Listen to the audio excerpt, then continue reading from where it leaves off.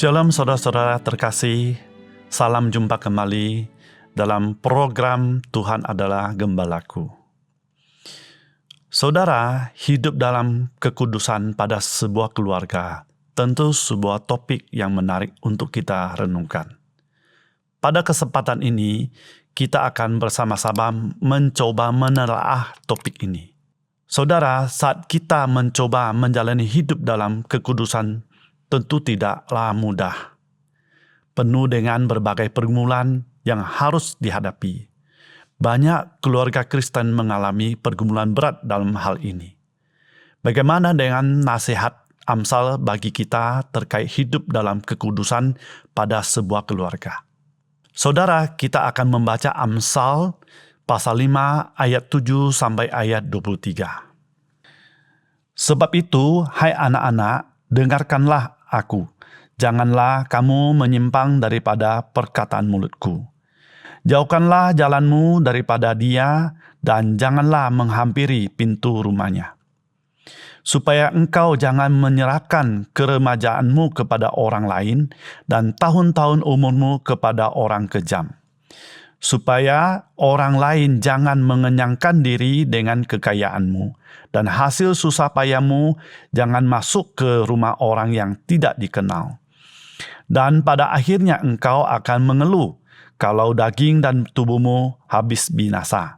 Lalu engkau akan berkata, mengapa aku benci kepada didikan dan hatiku menolak teguran? Mengapa aku tidak mendengarkan suara guru-guruku dan tidak mengarahkan telingaku kepada pengajar-pengajarku? Aku nyaris terjerumus ke dalam tiap malapetaka di tengah-tengah jemaah dan perkumpulan. Minumlah air dari kulamu sendiri. Minumlah air dari sumurmu yang membual. Patutkah mata airmu meluap keluar seperti batang-batang air ke lapangan-lapangan? Biarlah itu menjadi kepunyaanmu sendiri, jangan juga menjadi kepunyaan orang lain. Diberkatilah kiranya sendangmu, bersukacitalah dengan istri masa mudamu. Rusa yang manis, kijang yang jelita, biarlah buah dadanya selalu memuaskan engkau, dan engkau senantiasa berahi karena cintanya. Hai anakku, mengapa engkau berahi akan perempuan jalang, dan mendekap dada perempuan asing? Karena segala jalan orang terbuka di depan mata Tuhan, dan segala langkah orang diawasinya. Orang fasik tertangkap dalam kejahatannya, dan terjerat dalam tali dosanya sendiri. Ia mati karena tidak menerima didikan, dan karena kebodohannya yang besar ia tersesat. Saudara, pernikahan itu kudus, karena terjadinya pernikahan merupakan karya dan berkat Tuhan. Oleh karena itu, setiap anggota keluarga perlu menjaga kekudusan hidup di hadapan Tuhan. Terutama suami dan istri mempunyai tanggung jawab untuk menjaga kekudusan keluarga. Setiap anggota keluarga mempunyai tanggung jawab agar tidak sampai melanggar perintah Tuhan. Pelanggaran-pelanggaran pada perintah Tuhan menyebabkan keluarga yang sebelumnya damai dan bahagia akan kehilangan kedamaian, kebahagiaan yang telah dibangun selama ini. Saudara, penulis Amsal telah menunjukkan betapa mengerikan perzinahan di dalam sebuah keluarga.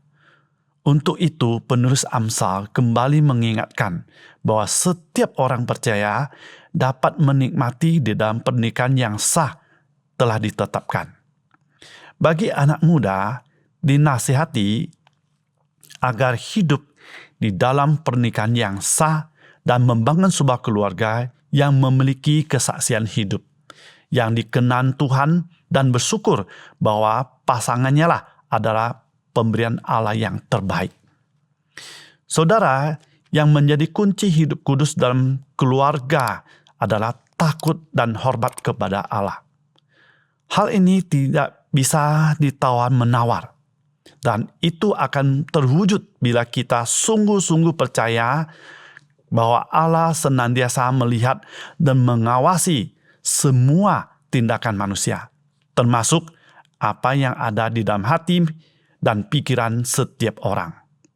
Dan Allah akan meminta pertanggungjawaban atas segala yang dipikirkan, dilakukan manusia pada akhirnya. Karena itu, pernikahan adalah sebuah persekutuan yang dikuduskan oleh Allah, dan setiap kita yang telah janji setia di hadapan Allah harus sungguh-sungguh memegangnya. Tentu keluarga perlu dijaga kekudusannya, dan suasana persekutuan dalam keluarga perlu diisi dengan cinta murni yang mau saling berbagi, saling menghibur, saling mendukung, saling mendoakan, saling menguatkan satu sama lain, sehingga terjalin kesatuan hati seluruh anggota keluarga. Dan semua ini hanya dengan hikmat Tuhan dan pemeliharaan Tuhan. Saudara, mari kita berdoa. Bapa kami di surga, kami mengucap syukur atas kemurahan Tuhan pada keluarga kami, yang telah Tuhan berkati dan telah Tuhan sertai. Kiranya melalui rahmat Tuhan Yesus mengaruniakan hikmat kepada kami, sehingga kami diberikan kemampuan untuk membina keluarga yang kudus, yang bahagia, dan yang berkenan di hadapan Tuhan. Kiranya Tuhan Yesus memberi hikmat pada setiap anggota keluarga ketika mengalami berbagai pergumulan dan tantangan, dapat dilewati dengan baik bersama dengan Tuhan. Hanya dalam nama Tuhan Yesus kami berdoa dan mengucap syukur. Amin.